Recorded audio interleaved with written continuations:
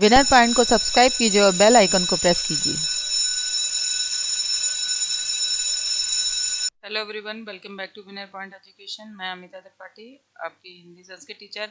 आज मैं class 12th आरोह पुस्तक से सिल्वर वेडिंग का MCQs लेके आई हूँ, जो कि अब आपके प्रथम सत्र के सिलेबस में आपके यही आएगा। बहुविकल्पी प्रश्न, अभी तक के मैंने आपको इसके प्रश्नोत्तर और सारांश के वीडियो दे चुके हैं। तो आज मैं आपके लिए बहुविकल्पी प्रश्न मैंने बनाना है आपके लिए, तो आइए देखते हैं। पहला प्रश्न है, यशोधर बाबू अपने बच्चों तथा पत्नी से क्या चाहते थे? जैसा कि आपने सिल्वर वेडिंग में पढ़ा कि यशोधर बाबू अपने लिए सम्मान चाहते थे और कुछ नहीं चाहते थे। तो देखिए, यशोधर बाबू सम्मान चाहते थे। चेक आंसर, सम्मान। सिल्वर वेडिंग पाठ के लेखक का क्या नाम है? सिल्वर वेडिंग पाठ के लेखक का नाम मनोहर श्याम जोशी है। अगला प्रश्न है, सिल्वर वेडिंग कहानी के कथानायक का नाम क्या है? आपने देखा था कि सिल्वर वेडिंग कहानी के कथानायक का नाम यशोधर बाबू है। तो देखिए, यशोधर बाबू। चेक आंसर, यशोधर बाबू। अगला प्रश्न है, अगला प्रश्न बताने से पहले मैं आपसे यही कहना चाहती हूँ, यदि आप मेरे चैनल पर बिल्कुल नए हैं तो मेरे चैनल को तुरंत सब्सक्राइब कीजिए, लाइक कीजिए और कमेंट्स करना ना भूलिए। ये वीडियो आपके लिए बहुत उपयोगी होगा। अगला प्रश्न देखते हैं, यशोधर बाबू किसको अपना आदर्श मानते थे? जैसा कि आपने कहानी में पढ़ा था कि यशोधर बाबू किसंदा को अपना आदर्श मानते थे। तो देखते हैं, किसंदा। आंसर चेक करते हैं, किसंदा। तो यशोधर बाबू किसे अपना आदर्श मानते थे? किसंदा को। अगला प्रश्न देखते हैं, यशोधर बाबू सर्वप्रथम किस पद पर नियुक्त हुए थे? यशोधर बाबू सर्वप्रथम किस पद पर नियुक्त हुए थे? आंसर देखते हैं, बॉय सर्विस। ये देखिए, आंसर चेक कर लेते हैं, बॉय सर्विस। अगला प्रश्न है, यशोधर का पूरा नाम क्या था? यशोधर का पूरा नाम क्या था? यशोधर का पूरा नाम वाईडी पंत था। आंसर भी चेक कर लेते हैं, देखिए, वाईडी पंत।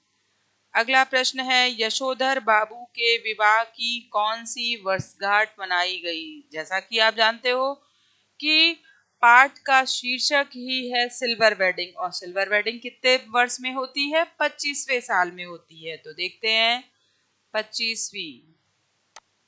ये आपका आंसर है, 25वीं। Check answer, 25वीं। अगला प्रश्न, दफ्तर के बाबुओं को अपनी सिल्वर वेडिंग के लिए यशोधर बाबू ने कुल कितने रुपए दिए थे? यहाँ कुल की बात है। पहले तो उन्होंने 10 रुपए दिए थे, फिर चड्ढा के कहने पर और मेनन के कहने पर उन्होंने 2 20 की नोट और मतलब 2 10 की नोट और निकाली थी। तो अंततः उन्होंने कुल दिए थे 30 रुपए। चेक आंसर, 30 रुपए। अगला प्रश्न है, लेखक ने यशोधर बाबू को किसंदा का कौन सा पुत्र कहा? लेखक ने यशोधर बाबू को किसंदा का कौन सा पुत्र कहा? आंसर है, मानस पुत्र। माने पुत्र के समान माना था उन्होंने। तो आंसर देखते हैं, मानस पुत्र। अगला प्रश्न है, यशोधर बाबू मूलतः कहाँ के रहने वाले थे? यशोधर बाबू मूलतः कुमाऊं के रहने वाले थे। यशोधर बाबू मूलतः कुमाऊं के रहने वाले थे। अगला प्रश्न है कि किसंदा यशोधर को क्या कहकर बुलाते थे? किसंदा यशोधर को क्या कहकर बुलाते थे? किसंदा यशोधर को भाऊ कह के बुलाते थे। आंसर देखिए, भाऊ। अगला प्रश्न है, सिल्वर वेडिंग में गाउन पहनते समय यशोधर बाबू को कौन सी बात चुभती थी? पूछा है कि सिल्वर वेडिंग में यशोधर बाबू को कौन सी बात चुभती थी गाउन पहनते समय?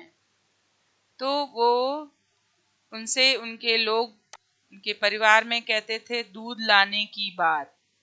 आंसर दूध लाने की बात। अगला प्रश्न है, जब सब्जी लेकर यशोधर घर पहुंचे तो उनकी दशा कैसी थी? जब सब्जी लेकर यशोधर घर पहुंचे तो उनकी दशा कैसी थी? उनकी दशा थी द्वारिका से लौटे सुदामा जैसी। जैसे द्वारिका से सुदामा लौटे थे उसी तरह से उनकी दशा थी। द्वारिका से लौटे सुदामा जैसी। अगला प्रश्न है, यशोधर बाबू के कितने बेटे थे? यशोधर बाबू के कितने बेटे थे? उनके 3 बेटे थे।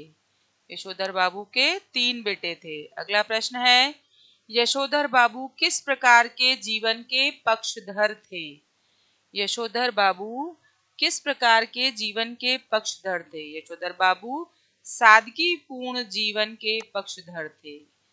यशोधर बाबू ने प्रारंभ से ही सादगीपूर्ण जीवन व्यतीत किया था। उनके बच्चों के कहने पर भी वो आधुनिकता को नहीं अपना पाए थे। उनकी पत्नी ने तो अपना लिया था अपने बच्चों के प्रेम की वजह से, लेकिन यशोधर बाबू चूंकि किसंदा के समकक्ष रहे थे इसलिए उनके ऊपर पूर्ण असर उनका था। इसी वजह से वो सादगीपूर्ण के पक्षधर थे। अगला प्रश्न है, यशोधर बाबू जुड़े हुए हैं। अब यशोधर बाबू किससे जुड़े हुए हैं? प्रारंभ से ही आपने देखा कि वो आधुनिकता को अपना ही नहीं पाते थे। किसंदा जिस तरह से उनके साथ रहे, उनके परंपराओं को उन्होंने अपनाया और अभी तक अपने बच्चों से भी वही उम्मीद करते थे। तो उन्होंने क्या अपनाया था? पुरानी परंपरा। उन्होंने पुरानी परंपराओं को अपनाया।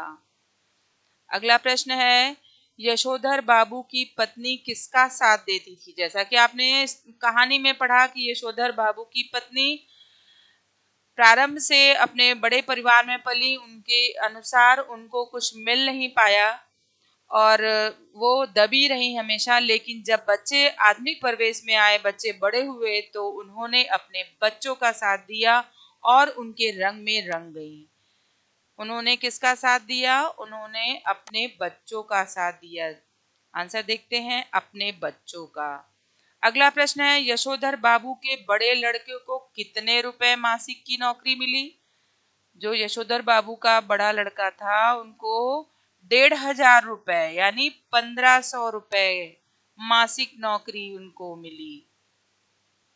अगला प्रश्न है, यशोधर बाबू का अपने बच्चों के प्रति कैसा व्यवहार था? यशोधर बाबू का अपने बच्चों के प्रति कैसा व्यवहार था? अब यहाँ पे जब आपने स्टोरी देखी तो आपने देखा होगा कि वो बच्चों से थोड़ा अलग रहते थे, बच्चों में मिक्सअप नहीं होते थे, उनके साथ तालमेल उनका नहीं बैठ पाता था। तो इससे हमें पता चलता है कि ना ही स्नेहपूर्ण था, ना ईर्ष्यापूर्ण था, ना घृणापूर्ण था, अलगाव भरा उनका व्यवहार था। उनका व्यवहार कैसा था? अलगाव भरा।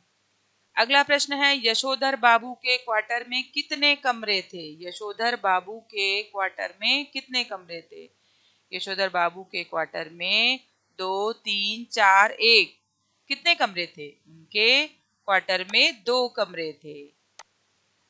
अगला प्रश्न, सिल्वर वेडिंग पर भूषण ने अपने पिता को क्या उपहार दिया? सिल्वर वेडिंग पर भूषण ने अपने पिता को प्रातःकालीन बेला में दूध लेने के लिए वो जाते थे, तो जैसे जाते थे बच्चों को पसंद नहीं था, इसलिए उन्होंने सिल्वर वेडिंग के उपहार में उन्हें क्या दिया? ऊनी ड्रेसिंग गाउन दिया था। उन्होंने उन्हें ऊनी ड्रेसिंग गाउन दिया था। तो बच्चों, आपने देखा कि बहुविकल्पीय प्रश्न आपने हल किए। आगे मैं आपके लिए और भी प्रश्न लेकर आऊंगी आगे के पाठों के, तो आप इसको जरूर पढ़ लीजिएगा, आपकी परीक्षा में ये उपयोगी साबित होंगे। तो वीडियो समाप्त करने से पहले मैं ये कहना चाहती हूँ, अभी तक मैंने जितने वीडियो आपको दिए हैं उसे आप सही से पढ़ लीजिएगा। उसमें आपको कुछ भी ना समझ आए तो इस वीडियो में आप कमेंट्स के माध्यम से मुझे बता दीजिएगा, तो मैं आपको अगले वीडियो में उसे सुधार करूँगी और आप मेरे वीडियो को लाइक कीजिए, सब्सक्राइब कीजिए और बेल आइकन प्रेस करना बिल्कुल ना भूलिएगा। ऑल नोटिफिकेशन ऑन कर लीजिएगा ताकि मेरी नेक्स्ट वीडियो आपको तुरंत से तुरंत मिल जाए। आपको मैं सारे वीडियो तुरंत दूंगी। तो वीडियो समाप्त करने से पहले मैं यही कहना चाहती हूँ, सब्सक्राइब करना ना भूलिएगा यदि आप मेरे चैनल पर बिल्कुल नए हैं। तब तक के लिए धन्यवाद। तो लाइक और शेयर ठोक दीजिए, महाकाल का दबा के लाइक और शेयर ठोक दीजिए, 5,000 लौटे दिख जाना चाहिए।